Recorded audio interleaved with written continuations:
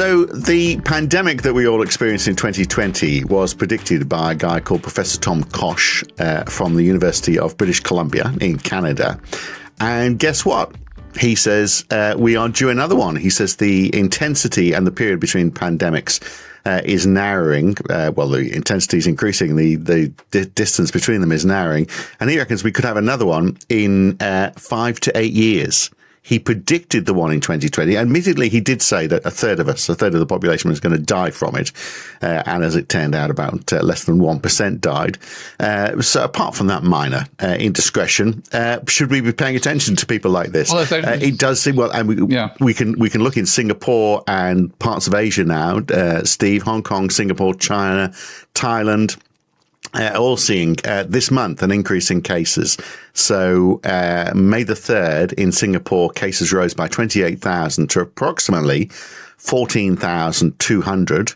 Hospital admissions increased by a third. They're saying no new variants. Actually, this increase is because people are just not inoculating as much. They're not taking vaccinations. We're forgetting about it.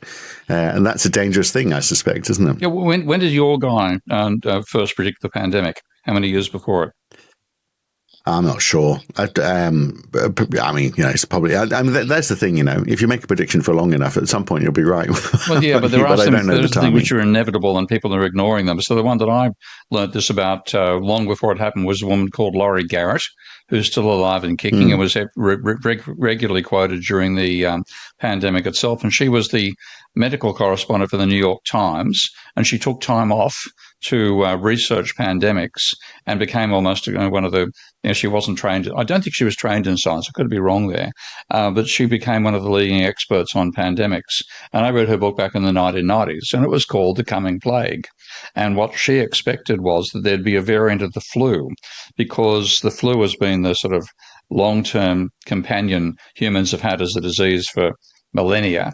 More than millennia. And apparently, I'm going from memory here, but apparently there are something like 4 genes to the disease. So it's a DNA, not a RNA virus as COVID was, and it has an enormously complex genome. So then that's why when you look back at the Spanish flu back in the after World War 1918, which apparently developed in America, not in Spain. It's just one of these historical accidents we associated with Spain because that's where some of the first major cases were seen. But she said that's the one which is going to make. So if it's during Donald Trump's era, it would definitely be the American flu, wouldn't it? Well, the Gulf of American flu. Yeah, it would come out of the Gulf. Yeah. Okay, the Gulf between X and Y, whatever the X and Y might be, is perhaps. But yeah, it's the sort of inevitability that viruses are forever trying, or evolution is forever changing the nature of viruses. All sorts of evolutionary changes will occur. Some will increase the transmissibility but reduce the virility. Others will do the reverse, and sometimes you get the double whammy where you get both an increase in virility and an increase in transmissibility. So that's when you get a pandemic, and that's what we had with COVID. So the question. Yeah, and the question is, are we ready to cope if it does happen again? Brilliantly. How well did we cope with the last one? Well, we didn't cope with it that badly, did we? But I feel like next time people aren't going to lock down. People are not going to. We've got an anti-vaxxer who's in charge of health in the United States. So, is it going to let maybe 30% is a more realistic figure this time? Well, but you know what? The other thing is, are we going to spend as much? And that's where I wanted to go first, is how much the whole thing cost and how much we're still paying for. Yep. So if we look at UK government debt, in 2015, it was £1.5 trillion for that year. It was £2 trillion in 2020. So you'd be thinking, well, that was a bad year, 2020. It must be on its way down now. But last year, it was 2.7 trillion. Oh, you're getting yourself ready for the pandemic. I'm getting ready. Yeah, this is a bit. I can do a visual. I love the use of props. I can do a visual provocation these days, so I'm ready to roll. I'll come back and explain this one. You look like something quite sinister out of Doctor Who or something. Actually, they call it my Darth Vader mask. In fact, I could actually make it into a Darth Vader. You want to take it? Because this is why Steve doesn't get invited out for lunch very often these days. I've got to do this. This is too much fun. Yeah. Here we go. the scary thing. This is there's a great shot, by the way. There, isn't it? This is the camera followed me. Come back here, you little bastard. He's trying to find me behind the TV. You've got to follow your camera, but actually you've got... I'm over here. Thank you. There you are. This has all gone so wrong. Oh, it has, hasn't it? My God, it's like a pandemic. Do you know what? And I just can't be bothered editing it. So we're just going to live with it. No, you're still nowhere near. I'm going to realise that I'm actually... There we go. Finally, I'm right in front of you. Good. Couldn't you see my face? Now, what I was doing with that, and of course you're going to understand why. This is my stormtrooper. That was my stormtrooper look. Now, what I can do, of course, for just the latest pack I just received, I can actually do the Darth Vader look. So let's have Keen as Darth Vader. Don't try this at home, kids, because you won't have any friends. Not that we're taking this thing unseriously, of course, but no. Okay, so here we go. Hang on a second.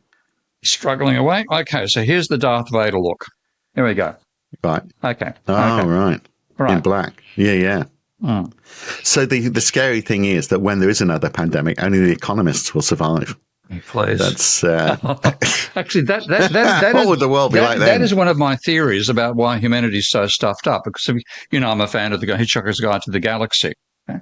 Yeah. And the theory of that was that Earth there was a crash landing of a fleet of Golgafrinchians on the planet in the middle of the attempt to find the answer to the ultimate question about life, the universe, and everything. The answer, which was 42, they would then try to find the question itself, and then the Golgafrinchians crashed on the planet, wiped out the local inhabitants, and completely screwed up the answer. And that pretty much explains what happened during COVID. Well, the idea was actually that they were told they had to evacuate their planet, wasn't there? So they sent the first shipload, which was shortly and after they economists took up probably the on board entire that as well. Yeah, they sent off the 1/3 of useless people like phone sanitizers, radio journalists, and then forgot to send anyone else. And we are the descendants of those people. That was the story. And the people back in Golgafrinch were actually suddenly wiped out by virulent disease passed around by phone, unsanitized phones. So. Phones. But we couldn't have handled the pandemic worse, in my opinion.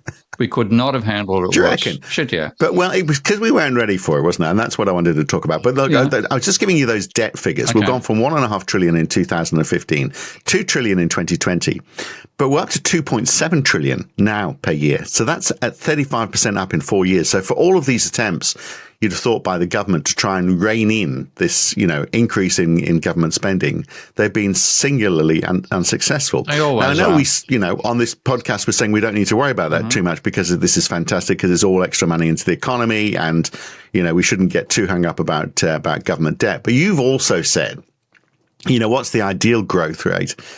If it is looking at the money supply, we want it to be a bit more than what we expect GDP to be. So if we wanted GDP to be 4%, for example, then over that 4 years, then we might be looking for 16, at the maximum 20%. But here we are, 35% in 4 years. So that's got to be, in the background, while we're looking at how we prepare ourselves for the future, the fact that there's been this big increase in government spending, it is increasing too much, isn't it? No, I'm sorry.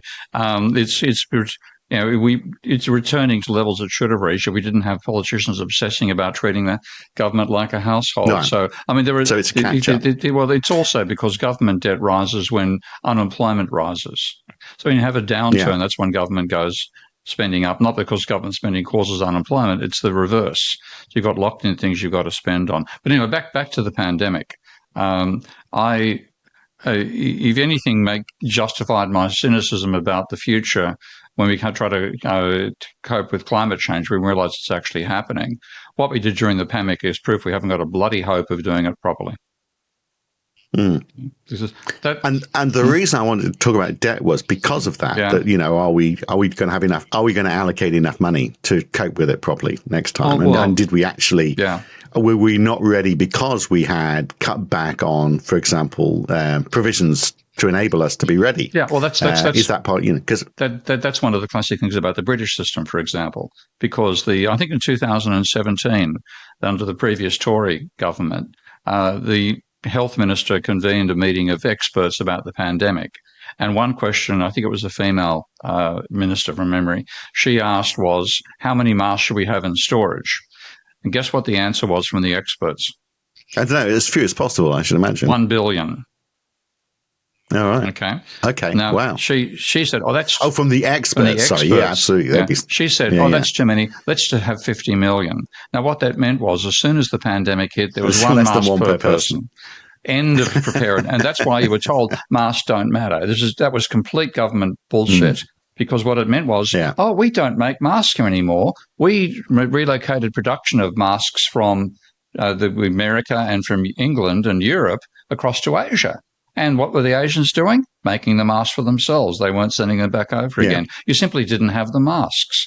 Now, that was a great start for a pandemic. And, of course, would be even worse now. I'm sure there's, no minister would dare admit they had anything to stop airborne transmission of diseases. So I think in many ways it's like like in boxing, a feint punch. The boxer leads with the jab, which you deflect and think you're okay, and then the hook comes over and knocks you unconscious. So I want to go back to talking about government debt just for a second. The reason I want to talk about that is because the lack of government spending means that we weren't we didn't have enough masks. We weren't creating stuff locally. So are we going to put ourselves in a worse situation because of this? Because we're now looking and saying, oh my God, government debt is now so much higher than it was before. Therefore, we've got to rein it all in. But actually, over those 4 years, as I say, we've seen almost a third increase in, more than a third increase in 4 years in government debt. But government spending has actually only gone up 20% over those 4 years. Tax income is the issue. It's only risen by 10%. So from 1 trillion in 2020 to 1.1 trillion in 2024. That is despite the fact, taxes have increased. We're paying, we've got a freeze in this country on all of the thresholds. So more people are falling into higher tax brackets or starting to pay tax that weren't before. We've got an increase in national insurance contributions as well that have happened over those 4 years. So more people are paying more tax, but fewer people are paying tax, basically. So we've only seen a 10% increase in tax income, government spending increasing by 20%, but therefore the deficit has increased by a third, basically. Health spending, meanwhile, has gone from 160 billion in 2020 to 189 billion in 2023-24. So a 16.5% increase, which has not been enough. The NHS has got 1 million contacts every 36 hours, is an often quoted statistic, and it's not enough. So we've got this situation where there's the government trying to spend more, but not able to tax more. So the deficit's increasing. So everyone's getting very worried about the deficit. They can't tax even more, so they have to cut back on spending. And yet our health spending is increasing because there's greater demand on the health service. It's a difficult thing for the government to balance all of that, isn't it? And then if they're told, oh, by the way, you've got to prepare for another pandemic, which is due in 8 years. So they've got to put money aside for that. You just know it's not going to happen because they're going to say, well, we'll cross that bridge when we come to it. We've got this year's emergencies. We're even less prepared for the next pandemic than we were for the last one. That's true. And then the question is, what's going to be the medical impact of this pandemic? So if we get we had no idea. I remember, being quite scared about what was possible with COVID when it first occurred, because we were seeing weird effects with people who's we'd never been exposed to a disease which did the level of damage that it did to the lungs of some people who died of it. Massive scarring. The lungs looked like a shattered glass rather than real lungs. And we had no, obviously there's still no cure. There was no vaccine, clearly. So all these things were completely unprepared and panicked, and everybody was feeling the panic. Now this time round, it was. See, people still think it's a damp squib. I think they're completely unaware of the long-term issues with COVID. But it means that when the next one comes around, there'll be skepticism, there'll be cynicism. Oh, this is a government conspiracy, et cetera, et cetera. So, I think they were given massively unprepared. We're more unprepared now for a really deadly pandemic than we were before the COVID one. Yeah. Combination of not having the masks, having not done the research, not aware of when it's going to strike, and then, that skepticism from the public. So we'll never lock down again in our lifetime, will we? For whatever happens, we'll never do that. Well, this is one thing. I'm a bit weird. I still take the disease seriously. I still mask when I'm in public. As evidenced by the props by the props, today. yeah. And like this, do you still wear those in public? In clarity venues, yes, I do. I enjoy scaring people, so it's good fun to put on a mask and make them look terrified. But like the main thing is that, or twofold. You don't wear the hazmat suit anymore, though, do you, when you go out? No, not the hazmats anymore. No, unless I'm dancing. I just when I'm. But you see his full wardrobe during the pandemic. His full wardrobe. You'd open the wardrobe. There'd be 20 hazmat suits. There you go. All various shades of white. Bullshit, but anyway, it sounds good. But yeah, the thing the amount of money, in a sense, because I'm not all about saving government money, as you know, but the amount of money that was thrown into all that, the cost of the cutbacks themselves on the output, et cetera, and the lockdowns were necessary, done extremely badly, but necessary to stop the rapid transmission of a highly transmissible disease. I think COVID still ranks as the most transmissible human disease ever, more so than measles. Yeah. Measles was number one initially, COVID, and the flu was less transmissible. So in terms of transmissibility, it was off the scale.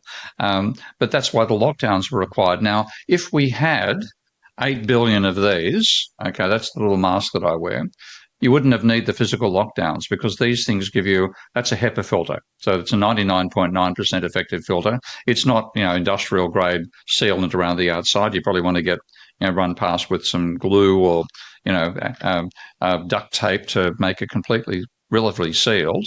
I've done that occasionally. It's a good look. I know. Yes, fashion is extremely important to me, as you know.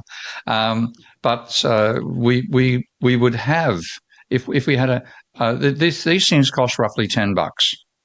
So with 8 billion people, roughly 10 billion people, that's $100 billion. Now, and you get enough for these filters to last 1,500 hours, which is virtually 3/4 of a year, half a year.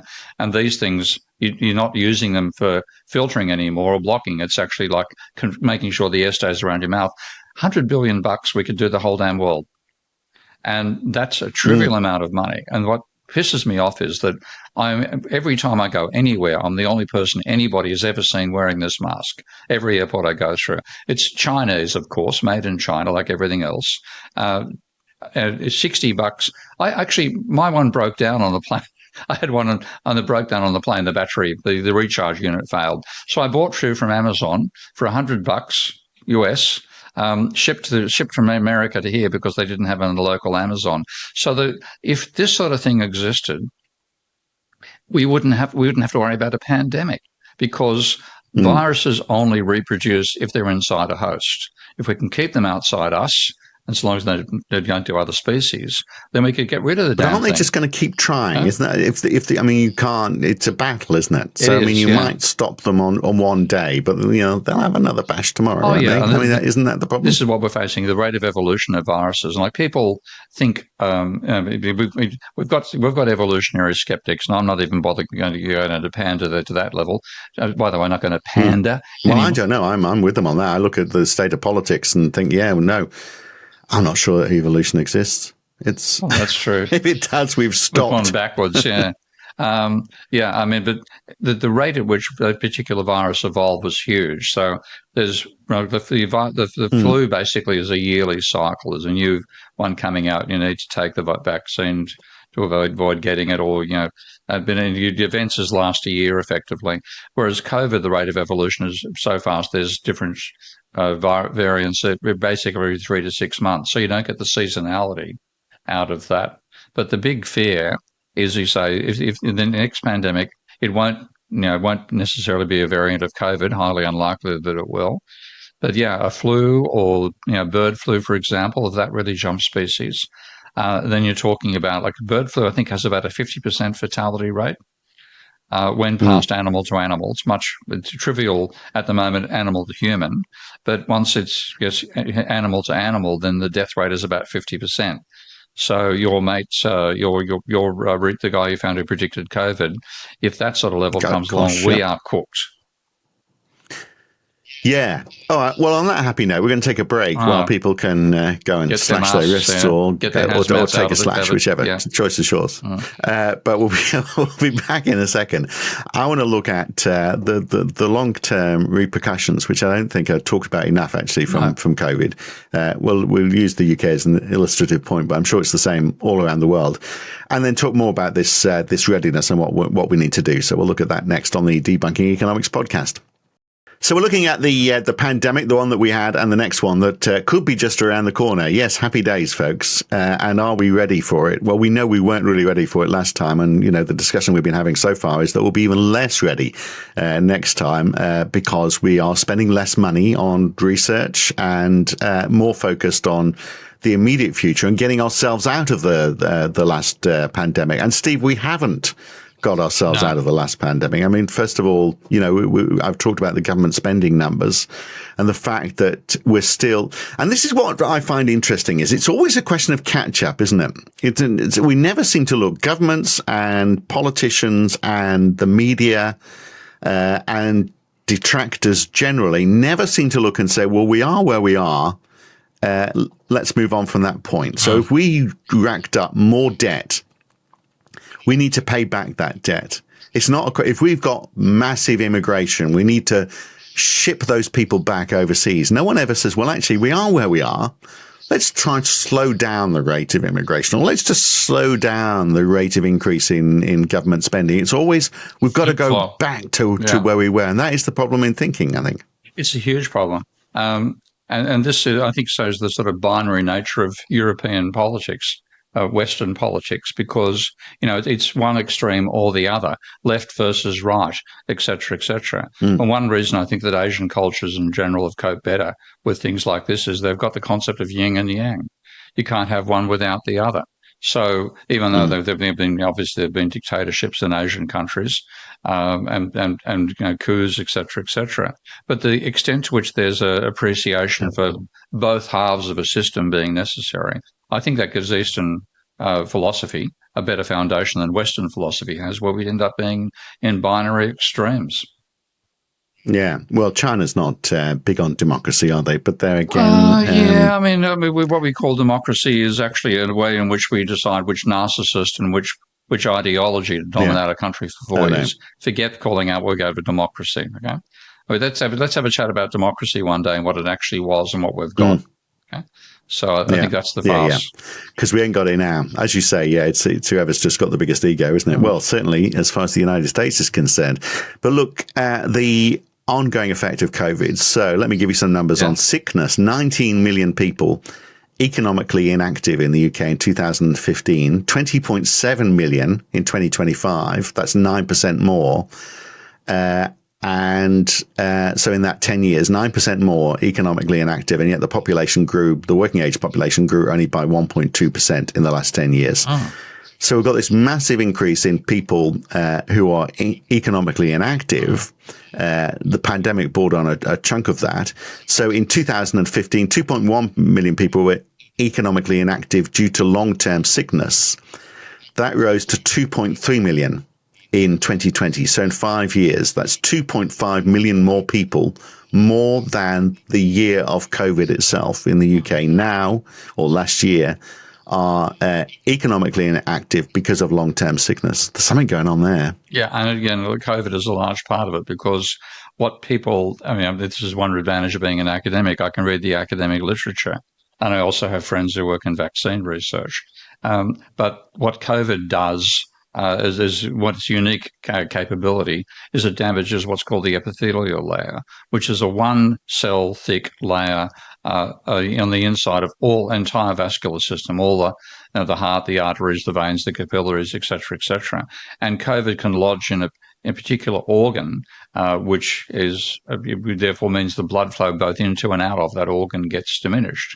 And so people can die of, for example, pancreatic failure. I'm thinking there specifically of David Graeber. And without warning, their organ breaks down and they die or they end up debilitated. One good friend of mine who was a javelin athlete, literally an athlete, competed in the javelin, lost his legs for about 1.5 years. He's fine. He's back again. He's back kickboxing. He has recovered. But people have long-term damage out of this disease, and quite a number of people who don't have the health and fitness that an athlete has to help them as a base to recuperate. They're out of workforce, and that's a major issue with COVID. It does do long-term damage to a range of organs. It does affect the immune system. It weakens. Again, I don't know because I'm not a medical doctor, but there are three main components of our immune system. It knocks out two of them. It lodges in one of them. It's a bit like, for a while, my colleagues in the medical area were calling it airborne AIDS. It ended up not being that severe, but it does affect the immune system in a negative way, the same way that AIDS does. It can pass the brain-body barrier. There are many, many elements where it's still ensconced in people, and it's damaged our physiology, and it has a long-term impact, which we will probably never get over. Yeah, 1 in 5, they reckon. 1 in 5 people are suffering the effects of long COVID in the UK. 1 in That's 5? A huge proportion of the population. Yeah. Okay, so they can still function, but they've lost various forms of function. Yeah. Yeah. Yeah. Yeah. But that's a huge proportion, isn't it? Huge. That's according to a recent NHS survey came up with that number. 1 in 5. I was staggered by it. 1 in 5, 20% of the population. Yeah, I mean, my example, the personal experience thereof of vaccines and long-term damage was my father was one of the last victims of polio. I was one of the very first to get the polio vaccine. My father caught polio, I think, after I was born. Okay. Certainly, I originally thought he had it earlier. My mother filled me in that she was actually visiting Dad in hospital in Long Bay, not Long Bay, whatever it's called here, the one near Long Bay Jail, but the hospital over here, which was the sort of puts people with the contagious diseases into. And he never recovered. He always had the limp ever after that, the enlarged chest and so on. So the accumulated, it doesn't have to kill you to be bad. And a lot of people thought a low death rate is not a problem. Well, in fact, you would never say that about polio. And polio, clearly the effects are incredibly severe. But it's the continuous damage from these diseases that matters, and you don't get stronger by getting the disease. Potentially, you get weaker. Yeah. So I remember that.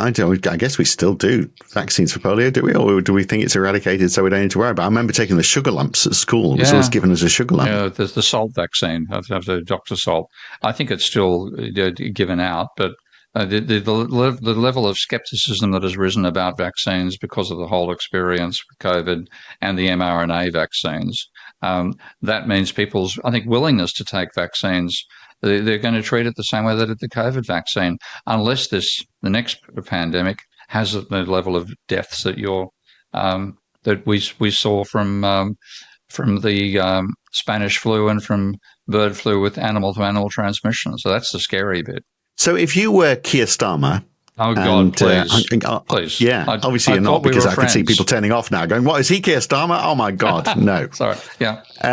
But if you were, I mean, what would you do right now? Because in amongst all of that, we've described a situation where they're trying to increase, they don't want to increase tax, but they have been increasing tax. But there's less tax revenue coming in because there's fewer people working, and therefore the government deficit is increasing at a time when they are trying to reduce it. And then they, according to kingsfund.org, so this is a very old healthcare think tank, the King's Fund, they say an additional 22.6 billion NHS funding was announced in the 2024 autumn budget, yet the first iteration of financial plans for 2025-26 showed a very significant financial deficit of 6.6 billion for NHS systems. Meanwhile, the maintenance backlog to return NHS buildings and equipment to an acceptable standard has been growing and is currently 13.8 billion. So put the two together, that's 20 billion that the NHS needs to find, even though an extra 22.6 billion, so that 22.6 billion of extra funding actually should have been more than 40 billion just to keep their head above water. So there's this big issue about health funding in a country that is seeing the increase in spending because there's a reduction in tax, of which a chunk of it is because an increasing proportion of the population are ill because of the last pandemic. There's a bit there's a circular argument going on here, isn't there? Yeah, a circular argument with idiots. I think I'm still recovering from being called Keir Starmer. So, well, just if you were Keir Starmer or you were the Prime Minister right now, how would you tackle that quandary? First thing, I'd teach the idiots where how accounting actually works and tell them they shouldn't be worried about government debt. In fact, they're creating fiat money, and a capitalist economy works better with a healthy supply of fiat money than when it's starved of it, which is what they're doing. So I'd kick that out the window. I'd put 100 million of these in warehouses. I'd probably buy the rights to reproduce the thing in England rather than relying on supplies from China. I'd have if you know it's going to happen, then you have to be prepared for it. The worst possible outcome is airborne, as we saw with COVID itself. I'd get ready for an airborne virus. That's what I'd be doing, and I'd be increasing the training of staff about handling pandemics when they arise. So what a government should do is think long term. It should be prepared for what's likely to happen.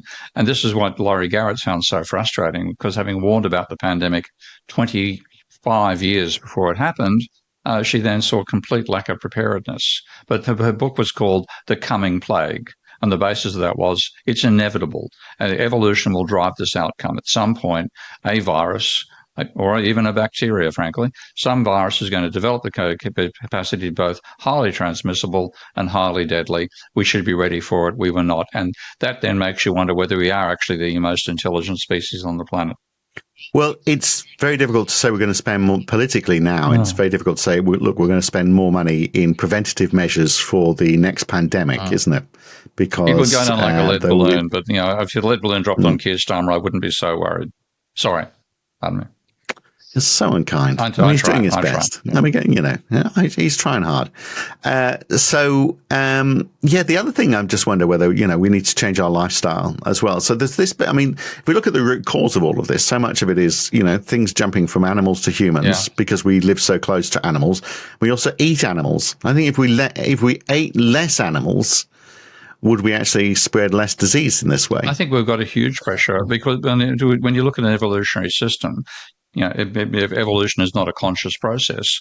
But if you drastically reduce the number of other mammals that viruses can inhabit, the odds are they're going to develop to what's inhabiting humans. And as we know, I think studies say that 96% of the mammalian mass on the planet is either humans or animals that humans breed to eat. So in that case, there's only 4% left that are amongst wild animals. Any virus that develops amongst wild animals is unlikely to be particularly successful, except for birds, as it happens, given the capacity of birds to travel and spread diseases around. So, the most likely thing is the virus is going to develop that attacks humans because as a strategy for survival, evolutionary strategy, humans are by far the dominant animal on the planet. Infect them rather than the others. So we need a more dominant species then. We do. If we actually probably go to get the ants to take over, that'd help. Yeah. Or bring back the dinosaurs, maybe. Oh, we're working on that. We've actually elected a few of them recently, you may have noticed. We have. Well, there we are, which brings us to the finishing point, doesn't it, as to how stuffed we really are. So Trump's response to all of this, the CDC, Center for Disease Control, their Healthcare Infections Control Practices Advisory Committee, which has been going for eons, has been disbanded. Yep. And then we've got Robert Kennedy Jr., as Secretary of Health, a man who doesn't believe it. Well, he says he's not an anti-vaxxer. He's a vaccine skeptic. Very subtle difference. And he has said that, he thinks vaccines are dangerous. I mean, he's not accepting the fact that not having vaccines could also be dangerous. But I mean, he's saying it leads to autism, which I think has been debunked from various experts. But yeah. It's scary. What hope is there if it struck during this administration or immediately afterwards? Because there's certainly America's, more than anywhere, America is becoming even less prepared, I think. Yeah, and it's the capacity of people not to understand evolution. It's a couple of centuries after Darwin established that was the process, is just breathtaking. And that's like a couple of other points that are worth knowing. Again, stuff I learned from Laurie Garrett's book. Bacteria will randomly exchange genetic strings as they pass each other, which they actually effectively enhance each other's capacity to respond to our chemical attacks on them and increase their transmissibility. People think that change in the structure of RNA requires cosmic rays and stuff like that. In fact, a lot of evolution, arguably from a brilliant book called Quantum Evolution by John J. McFadden, apparently occurs because of quantum uncertainty, because when you look at the structure of DNA, there are four chemicals, A, G, C, and T. I can't pronounce the names of the proteins involved, but A goes with G and C goes with T. Well, given quantum uncertainty, every roughly 100,000 base pairs or something of that order, it's going to be A, the wrong way around. Rather than A with G, it's A with C, and so on and so forth. So evolution is built into the structure of the universe. And the viruses can evolve extremely rapidly, and we don't evolve as fast as the viruses do. So the odds are there they're going to something that's going to come along and get us, and we should be ready for that, prepared that it's going to be an eventuality. And the most dangerous viruses to us are ones which are air transmissible. So again, we should be prepared for that. None of the above applies. There will be a link where you can buy one of the Dr. Steve Keen ventilators at the end of this podcast. God, this is how we're going to monetize this. I often wondered. Meanwhile, health spending I've talked about, and just having a fit population is obviously going to help. And in the UK, we're seeing that we haven't got a particularly fit population because there's long-term sickness, but also sickness just not being treated because the NHS isn't able to cope. So, and we've talked about this before. You and I have got a friend in Farage. Have we? Farage, who I'm convinced, sadly, will be the next prime minister in the UK. If you look at you look at the Reform Party in the opinion polls now. It's way up, even on Labour. I mean, it's taken over the Tory vote as every week goes by. It keeps on ticking higher and higher. If there's an election today, Farage would romp home, which is scary. But one thing I do agree with them on. Oh yeah. Partially, although obviously he want to take this further, and we've talked about this as well. The NHS is crumbling at its knees. He says, let me find the quote for you. He says, I don't want it to be funded through general taxation. This is the NHS. It doesn't work. It's not working. We're getting worse bang for our buck than from any other country, particularly of our European neighbours. The French has a statutory health system levied from a mix of contributions from earned income and unearned income, the central government funding, and a little bit of a top-up fee as well. So he's sort of talking a bit like the Australian system, where if you can insure yourself, you have to insure yourself. If you go and see a doctor, you can get it for free, although I think in some country towns that's getting very difficult to do. But in the metropolitan areas, it's okay. But if you can afford it, then you can go to a doctor who will take the government contribution and charge a top-up fee so that they can actually give you better service. That sort of hybrid approach to health I feel like would be a step forward, and we might actually have a healthier population. And then there's all the areas around, innovation, which I wonder whether if the NHS is too busy chasing its tail, is it actually going to innovate effectively? And I, walk around, I haven't got it on now, but normally I've got a Fitbit, and a lot of people, very boring people actually, because they're all talking about, what their level of fitness is and what's your heart rate now. But all that information, if that was shared and fed to the NHS or, somewhere where there's some sort of longitudinal tracking, useful data to see at an aggregated level for the health of the country, but also for your doctor to say, oh, hang on a second, Phil's heart rate, which used to be resting heart rate, which used to be 67, is now 78. Better call him in. I mean, that's sort of, technological approach, but also some sort of quasi, if you can afford to pay, you should pay. I mean, that's got to be a step forward, hasn't it? Maybe Farage is right on one thing. Well, the Australian system used to be 85% was covered of everything, and you only paid 15% yourself on top, and there were no contributions. That's frankly what I'd prefer to see. Okay, something of that nature. And then for people who are in income problems, then okay, it's 100% coverage, or what they call you would just charge the standard fee. That's what I'd prefer to see. What we've had for 50 years, ever since Australia brought in its system back in the 1970s, 1972, with Gough Whitlam coming in.